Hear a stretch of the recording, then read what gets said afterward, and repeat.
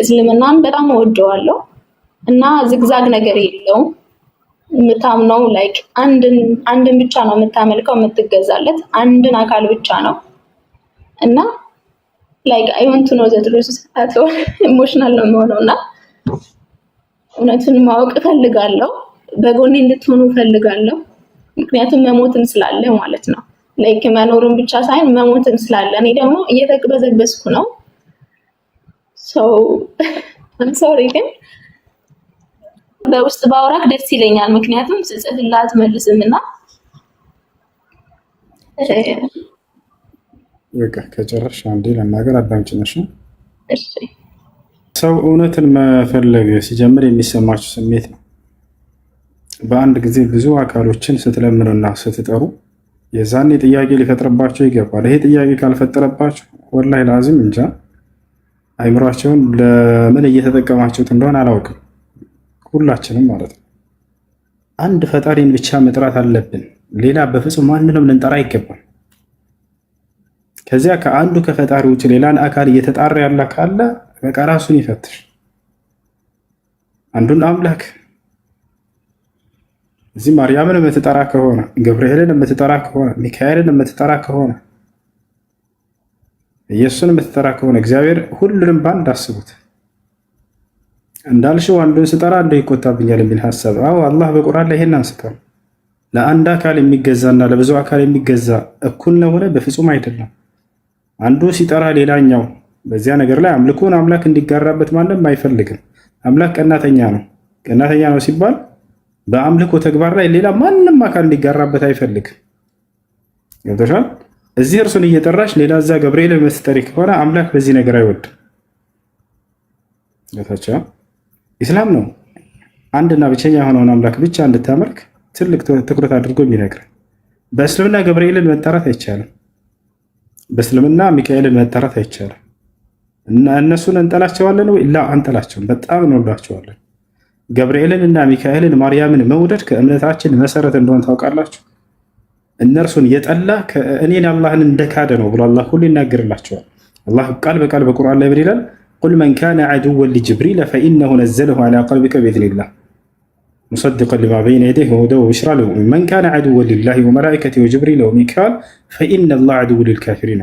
ለገብርኤልና ለሚካኤል እነዚህን የጠላ ሰው እኔ አምላካችሁ አላህ ለካህዲያን ጠላቶቻቸው ነኝ አለ። አያችሁ አይደል? ካህዲያን ብሎ ገለጻቸው። እነማንን? ገብርኤልና ሚካኤልን የጠላ። እነርሱን መውደድ የእምነታችን መሰረት ነው። ነገር ግን እንወዳቸዋለን እንጂ እነርሱን አንጠራቸውን በፍጹም። ገብርኤል አንተ ጠብቀኝ አለለው፣ ሚካኤል አንተ ጠብቀኝ አለለው። መጠበቅ ይችላል አይችልም? እሱ ሌላ ጥያቄ ነው። አምላክ አላህ ሱብሓነሁ ወተዓላ ሲያዘው ጊዜ ገብርኤል መጥቶ ሊጠብቅህ ይችላል። ገብታችኋል አይደል? ያ ማለት ግን ይጠብቀኛልና እሱን ልለምነው ወይ? ላ አይደለም፣ አምላክን ነው የምንለምነው። ምናልባት መጽሐፍ ቅዱስ አንበሽ ከሆነ ጴጥሮስ ሰይፉን በመዘዘ ጊዜ ኢየሱስ ክርስቶስን ለመጠበቅ ወደ ሰገባ መልስ ካለው በኋላ እኔ ብፈልግ አባቴን ብለምነው የሰማይ ሰራዊትን መላእክትን የማይልክልኝ ይመስልሃልን አለው። አየሽ፣ መላእክቱን ነው በቀጥታ መጠየቅ ያለበት? ላ አይደለም፣ አባቴን ብለምነው አለ። አየሽ፣ የሚጠየቀው ማን ነው? አንዱ አምላክ ነው። መልአኩን አይደለም የሚያመጣው። ላ እንደዛ አይደለም፣ መልአኩን አይደለም የሚጠይቀው። አንዱን አምላክ ትጠይቂያለሽ። አምላክ በእነዚህ በመላእክቶች ሊያስጠብቅሽ ይችላል። አላህም ቃል በቃል በቁርአን ላይ ነቢዩ ሙሐመድ ሰለላሁ ዐለይሂ ወሰለም ምን እንዳደረጉ ተመልከች። ኢዝ ተስተጊሱነ ረበኩም ፈስተጃበ ለኩም ይላል። ነቢዩ ሙሐመድ ሰለላሁ ዐለይሂ ወሰለም እያስተማሩ ባሉበት ጊዜ ገና 300 አካባቢ ሳሉ የዛኔ እርሳቸው ማስተማር በጀመሩበት ዘመን 300 አካባቢ የመካ ካህዲያኖች እንዳለ ተሰባስበው በብዙ ሺዎች የሚቆጠሩ ሙሐመድና ተከታዮችን እንላቸውና እዚሁ በቃ እንፈጽምባቸው ሳይበዙብን ከጊዜ ወደ ጊዜ የሚሰልም ሰው እየበዛብን ነውና ብለው በቃ ይሄንን አወጁ። ስለዚህ ጦርነት ከአንተ ጋር እናደርጋለን ተዘጋጅ ብለው ነገሯቸው። ምንም አማራጭ የላቸውም። ነብዩ ሰለላሁ ዐለይሂ ወሰለም ታወጀባቸው ጦርነት። ከራስ መከራከር ግድ ነው። የዛኔ የበድር ጦርነት ነው፣ በድር ይባላል። በዚያን ጊዜ ነቢያችን ሰለላሁ ዐለይሂ ወሰለምን ሊዋጓቸው በመጡ ጊዜ እነዚህ ጠላቶች በብዙ ሺህ ነው የሚቆጠሩት። ሰይፍ ይዘዋል፣ መሳሪያ ይዘዋል፣ ፈረስ አላቸው፣ ግመል አላቸው፣ ብዙ መዋጊያ መሳሪያዎችን ትጥቅ አሟልተው መጡ። የነቢዩ ሰለላሁ ዐለይሂ ወሰለም እና ሰሃቦቻቸው ገና 300 ናቸው። ደካሞች ናቸው፣ በዚያ ላይ ሴቶች ናቸው፣ ሽማግሌዎች ናቸው። ወጣቶች እሱኖች ናቸው። ጦር ሜዳ ላይ ቀረቡ። ነብዩ ሰለላሁ ዐለይሂ ወሰለም በዚህ ጊዜ ጀተ ዐላ ሩክበቲሂ ተመልከቱ ምን እንዳደረጉ። በጉልበታቸው ተንበረከኩና ወደ ሰማይ ቀጥ ብለው አምላክ አላህ ሱብሓነሁ ወተዓላ መለመን መጸለይ ጀመሩ። አላሁመ ነስረከ አለዚ ወዐድተኒ ያሉት ጌታዬ አላህ ሆይ ረዳሃለሁ ብለህ ቃል የገባህልኝን ቃል ኪዳን ዛሬ ነው የምፈልገው እንድትረዳኝ ይላሉ። አቡበክር ስዲቅ አያቸዋለሁኝ አለ ሲዘግብ ይህን ዘገባ። ነቢያችን ሰለላሁ ዐለይሂ ወሰለም አላህን ከመለመን አልተወገዱም። ጋቢያቸው ከላይ የለበሱት እስኪወድቅ ድረስ አለ። ያ ሙሐመድ አልኳቸው፣ እኔም ጠጋ ብዬ ሙሐመድ ሆይ ኢነላሃ ሙንጅዙን ለከ ማ ወዐደክ የክፊክ፣ ሙሐመድ ሆይ ይበቃሃል፣ አላህ ቃል የገባልህን እንደሚረዳ ቃሉን ይፈጽምልሃል፣ ይረዳሃል፣ አብሽር ይበቃሃል አላቸው። ነቢያችን ሰለላሁ ዐለይሂ ወሰለም በዚህ ጊዜ ተነሱ። ወዲያውም ነቢያችን ሰለላሁ ዐለይሂ ወሰለም የቁርአን አንቀጽ ወረደላቸው። ኢዝ ተስተጊሱነ ረበኩም ፈስተጃበ ለኩም አኒ ሙሚድኩም ቢአልፊን ሚነል መላኢከቲ ሙርዲፊን። ሙሐመድ ሆይ አላቸው እኔን ጌታህን አላህን እርዳታ በለመንከን ጊዜ አለ። ማንን የለመኑት? እርሱን የለመኑት፣ መላእክቶችን በቀጥታ አይደለም። እኔን ጌታህን አላህን እርዳታ እንድረዳህ በለመንከኝ ጊዜ አላቸው ፈስተጃበ ለኩም እኔም ልመናህን ተቀበልኩ። አኒ ሙሚድኩም ቢአልፊን ሚነል መላኢከቲ ሙርዲፊን እኔ 1000 የመላእክት ሰራዊትን አስከትዬ እልክላችኋለሁ የሚረዷችሁን የሚያገዟችሁን አለ። ወዲያው መላእክቶችን አላህ አዘዛቸው። ኢዝ ዩሒ ረቡከ ኢለል መላኢካ እኔ ወደ መላእክቶችም ትእዛዜን ባስተላለፍኩ ጊዜ አለ አኒ መዐኩም ፈሰቢቱ አለዚነ አመኑ እናንተ መላእክቶች ሆይ እኔ ከእናንተ ጋር ነኝ፣ ሂዱና ምድር ላይ እነዚያን ያመኑትን ሙሐመድንና ከእርሱ ጋር ያሉትን አጽኗቸው፣ አበርቷቸው፣ ከጎናቸው ሆናችሁ ብዬ አዘዝኳቸው አለ። ወዲያው መልአኩ ገብርኤል እና ሚካኤል እንዲሁም የሰማይ ሰራዊት መላእክቶች 1000 መላእክቶች መጡ። 1000 ሰራዊት። ከዚያ በኋላ እነዚያ ከሃዲያኖች ተሸነፉ፣ ድል አደረጉ እነዚህ አማኞች። አሁን ለነግራቸው የፈለግኩት ምንድን ነው? መላእክትን አንጠራም እኛ። ገብርኤልን በቀጥታ አልጠሩም ነብዩ ሰለላሁ ዐለይሂ ወሰለም። ሚካኤልን በቀጥታ አልጠሩም። ማንን የጠሩት? አንዱን አምላክ አላህን ተጣሩ። ወዲያውም አምላክ አላህ ሱብሓነሁ ወተዓላ መላእክቶችን አወረደ፣ ረዳቸው። ረድተው እነዚህ መላእክቶች ተመለሱ ስራቸውን ሰርተው። መላእክትን በፍጹም መለመን አይቻልም። አንተ ገብርኤል ጠብቀኝ አልለውም፣ ሚካኤል ጠብቀኝ አልለውም። አንዱን አምላክ ነው በቃ በኢስላም። አላህ ቃል በቃል ምን ይላል? ወአነል መሳጅደ ሊላሂ ፈላ ተድዑ መዐላሂ አሐዳ ከእኔ ከአላህ ጋር አንድንም አካል እንዳትጣሩ ይላል። ስለ እነዚህ ስለ መላእክቶች ሲነግረን አላህ ስለ ገብርኤል፣ ስለ ሚካኤል፣ ስለ መሲሁ አጠቃሎ ሲናገር ወላላ ለን የስተንኪፈ አልመሲሁ አን የኩነ ዐብደን ሊላሂ ወለል መላኢከቱል ሙቀረቡን አለ። ክርስቶስም ሆነ ልክ እንዲሁ የቅርብ ታላላቅ መላእክቶች እነ ገብርኤል እነ ሚካኤል ለእኔ ባሪያና አገልጋይ ከመሆን አይጸየፉም አለ። እናንተ ግን ከኔ ውጭ ትጠሯቸዋላችሁ እነዚህን ሶስት ነው።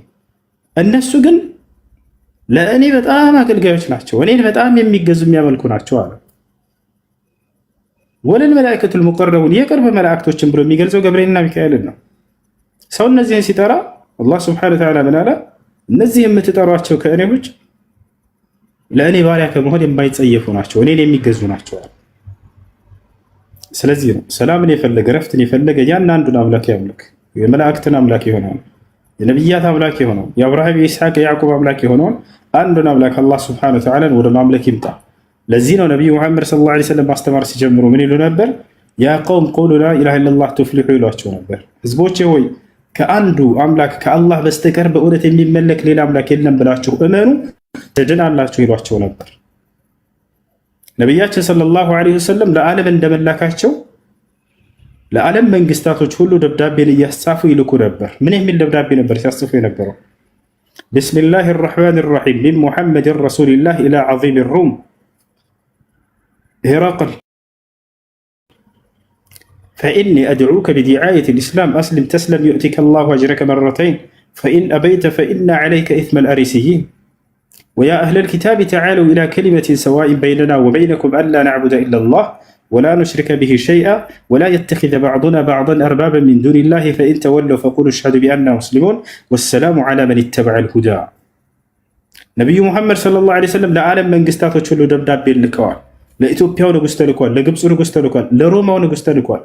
ወደ ሮሜ ሰዎች ደብዳቤ ልከዋል እያልኩ ነው። ነቢ ሰለላሁ ዐለይሂ ወሰለም ወደ ሮሜ ሰዎች ደብዳቤ ልከው የሮሜው ንጉሥ ሄራቅል የሚባለው በጊዜ የነበረው የተላከለት ደብዳቤ ምን የሚል ነበር? ቢስሚላህ ራህማን ራሒም ይላል ደብዳቤው። በአላህ ስም ጀምራለሁኝ እጅግ በጣም ሩህሩህና አዛኝ በሆነው አምላክ ሚን ሙሐመድን ረሱልላህ። ይህ ደብዳቤ ከእኔ ከአላህ መልእክተኛ ከነቢዩ ሙሐመድ ሰለላሁ ዐለይሂ ወሰለም ኢላ ዐዚም ሩም ወደ ታላቋ ሮማ ንጉሥ ወደ ሆነው ወደ ሂረቅል ምን አሉት ሲጠሩት? የመጀመሪያው ፈኢኒ አድዑከ ቢዲዓየት ልእስላም፣ እኔ በእስልምና ጥሪ ጠራሃለሁኝ አሉት። አስሊም አሉት። ስለም ተስለም፣ ሰላም ትሆናለህ በሁለቱም ዓለም ነው። አያችሁ፣ የመጀመሪያ ጥሪያቸው ይሄ ነው።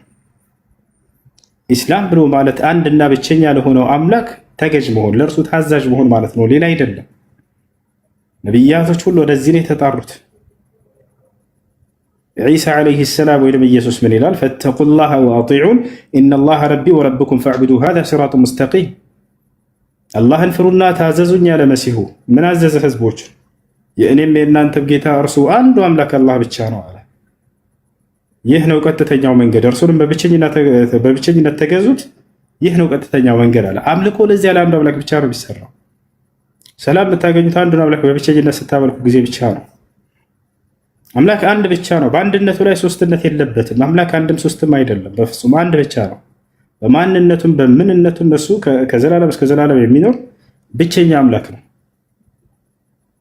አምላክ ዘላለማዊ ህያው ነው። በህያውነቱ ላይ ሞትነት የለበትም። አምላክ ስለ እኔ ኃጢአት ሞተ ብሎ ሂሳብ የለም። ሞት በእርሱ ላይ በፍጹም ስልጣን የለውም። አምላክ አይሞትም። አምላክ ለዘላለም መለኮት ብቻ ነው። በመለኮትነቱ ላይ ሰውነት የለበትም። አምላክም ነው ሰውም ነው። ፍጹም ሰው ፍጹም አምላክ ተብሎ አምላክ በፍጹም አይገለጽም። እርሱ የፍጡርነት ባህሪ የለበትም በፍጹም። ፍጡርነት ከእርሱ የራቀ ነው። እርሱ መለኮት ብቻ ነው። በባህሪው አይለዋወጥም፣ አይቀየርም። አምላክ ለዘላለም ጌታ ብቻ ነው። በጌትነቱ ላይ ባርነት የለበትም።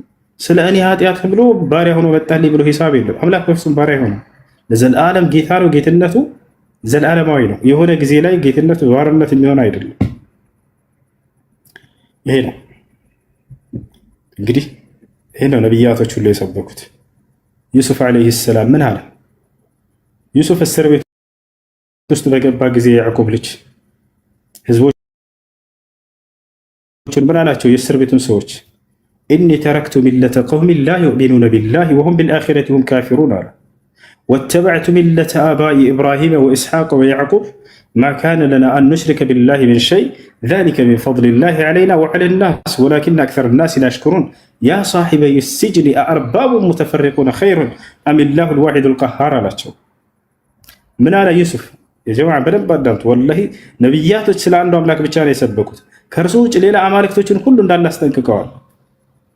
ዩሱፍ ምን አላቸው ለእስር ቤቱ ሰዎች? ኢኒ ተረክቱ ሚለተ ቀውሚን ላ ዩእሚኑነ ቢላህ አላ፣ እኔ በአላህ የማያምኑ ህዝቦችን መንገድ ትቻለሁኝ፣ አልከተልም እነዚህን አላቸው። ወሁም ቢልአኺረቲ ሁም ካፊሩን፣ እነርሱም በመጨረሻው ቀን የሚክዱ ሲሆኑም አለ። ወተበዕቱ ሚለተ አባኢ፣ ይልቁንስ የአባቶችን መንገድ ተከትያለሁኝ አለ። እነማን ናቸው አባቶቹ? ኢብራሂመ ወኢስሐቅ ወያዕቁብ፣ የአብርሃምን የኢስሐቅ የያዕቁብን መንገድ ተከትያለሁኝ አለ። ምን ነበር መንገዳቸው? ማ ካነ ለና አን ኑሽሪከ ቢላሂ ሚን ሸይን አለ። በአንዱ አምላክ በአላህ ላይ በፍጹም የምናጋራ አይደለንም እኛ አለ። ዛሊከ ሚን ፈድሊላሂ ዐለይና አለ። ይሄን ትልቅ ጸጋ ብሎ ቆጠረው። በቃ ትልቁ ጸጋ ለሰው ልጅ እዚህ ዓለም ላይ አንዱን አምላክ በብቸኝነት ማምለክ ነው። ወላሂ ላዚም ከዚያ ሌላ ጸጋ የለም። ትልቁ ጸጋ ይሄ ነው። ይሄን ጸጋ ያላገኘ ሰው በጌታዬ ስም እምላለሁ ምድር ላይ ምንም አይነትን ጸጋ ሳያገኝ ነው የሞተው። ይሄን ጸጋ ያገኘ ሰው በጌታዬ ስም እምላለሁ የዚህ ዓለምን ጸጋ ባያገኝም ሁሉን ጸጋ አግኝቶ ነው የሞተው። የዚህ ዓለም ትልቁ ጸጋ ያን የፈጠረህን አንዱን አምላክ በብቸኝነት አውቀህ እርሱን ተገዝተህ ከዚች ዓለም መውጣት ነው። ነገ ከዚያ ከአምላክ ፊት ትቆማላችሁ። ከኔ ውጭ ሌላ ማን ስትጣራ ነበር? ለማን አምልኮ ስታቀርብ ነበር ብለህ ምንድን ነው መልሳችን? አንዱን አምላክ በብቸኝነት እናምልክ ነው ነቢዩ ሙሐመድ ሰለላሁ ዐለይሂ ወሰለም መጥተው ያሉት፣ ሌላ አይደለም። የአብርሃም የኢስሐቅ የያዕቁብን አምላክ ያን አንዱን አምላክ አምልኮ ብቻ ነው ያሉት። በዚህም ጠሏቸው፣ በዚህም እርሳቸውን አንቋሸሹ፣ እርሳቸውን ዝቅ አደረጉ። ዛሬም ዝቅ ያደረጉ ይገኛሉ። ጥሪያቸው ይሄ ብቻና ብቻ ነው። ዮሴፍ ቀጥሎ ምን አለ? ዛሊከ ሚን ፈድሊላሂ ዐለይና አለ። ይህ አላህ በእኛ ላይ የዋለልን ትልቁ ጸጋ ነው አለ፣ አንዱን አምላክ ማምለክ። ወዐለ ናስ፣ ለሰዎችም ይሄን ጸጋ አላህ ውሎታል። ወላኪን አክሰረ ናስ ላ የሽኩሩን፣ ነገር ግን አብዛኛው ሰው ይሄን ጸጋ አያመሰግንም አለ። ሙስሊሞች አላህን አመስግኑ፣ ያን የነቢያት አምላክ አብርሃም፣ ኢስሐቅ፣ ያዕቁብ ያመለኩትን አንዱን አምላክ ስለምታመልኩ። ትልቁ ጸጋ ይሄ ነው ብሎ ዩሱፍ እስር ቤት ውስጥ ነው ይሄን ጸጋ ያመሰግናል። አስቡት፣ እስር ቤት ውስጥ ነው ሰው የሚጨናነቅበት ዓለም ነው አይደለ? ምድራዊ ጸጋን ያጣ ሆኖ ላ ዩሱፍ አለይሂ ሰላም ግን ትልቁ ጸጋ ሰጥቶኛል አምላክ አላህ እያለ አላህን ያመሰግናል እስር ቤት ውስጥ። ቀጥሎ ዩሱፍ ምን አለ? በደንብ አስተውለዋል። ያ ሳሒበይ ሲጅን አላቸው፣ እናንተ የእስር ቤት ጓደኞች ይሁን አርባቡ ሙተፈሪቁነ ኸይሩን አሚላሁ አልዋሒዱል ቀሃር፣ የተለያዩ አማልክቶች ናቸው የሚሻሉት ወይንስ አንዱና አሸናፊ የሆነው አንዱን አምላክ አላህን ማምለክ ነው የሚሻለው አላቸው። በእውነትም አንዱን አምላክ በብቸኝነት ማምለክ ነው። ቅድም እንዳልሽው ምን አለ? የተለያዩ እነዚህን አካሎች መጣራትና ማምለክ ነው የሚሻለን ወይንስ አንዱን አምላክ በብቸኝነት ብናመልክ ነው የሚሻለን አላቸው። አዎ አንዱን አምላክ በብቸኝነት ማምለክ። የነብያትን መንገድ የፈለገ ሰው ይሄን መንገድ ይምረጥ። ከእርሱ ከዚያ ከአንዱ አምላክ ውጭ ሌላን አካሎች አትጣሩ። መላእክቶችንም ቢሆን ነብያትንም ቢሆን ቅዱሳንም ቢሆን ጻድቃንም ቢሆን የፈለገ ፍጡር ቢጸድቅ ፍጡር ከመሆን አይወገድም። ፍጡሩን መጣራት አይቻልም በፍጹም። የኢስላም ትልቁ መሰረቱ ዋናው መሰረቱ ምንድነው? አንዱን አምላክ በብቸኝነት ተጣሩ ነው። እርሱም በብቸኝነት አምልኩ ነው። ማንኛውንም አምልኮ ለእርሱ ብቻ ፈጽሙ ነው። ከእርሱ ውጭ ለሌላ ለማንም አካል አትጣሩ፣ አትለምኑ። እና ይሄ ነው ሰሊና፣ ወደዚህ መንገድ ሳይረፍድባችሁ ሞት ሳይቀድማችሁ ብትመጡ ለእናንተ የተሻለ ነው።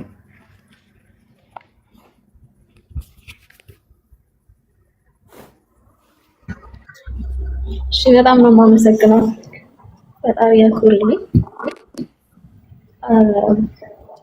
ማለት አሁን እንደገና እዚህ ውስጥ ያላችሁ ሰዎች የማንንም እምነት አልነካውም።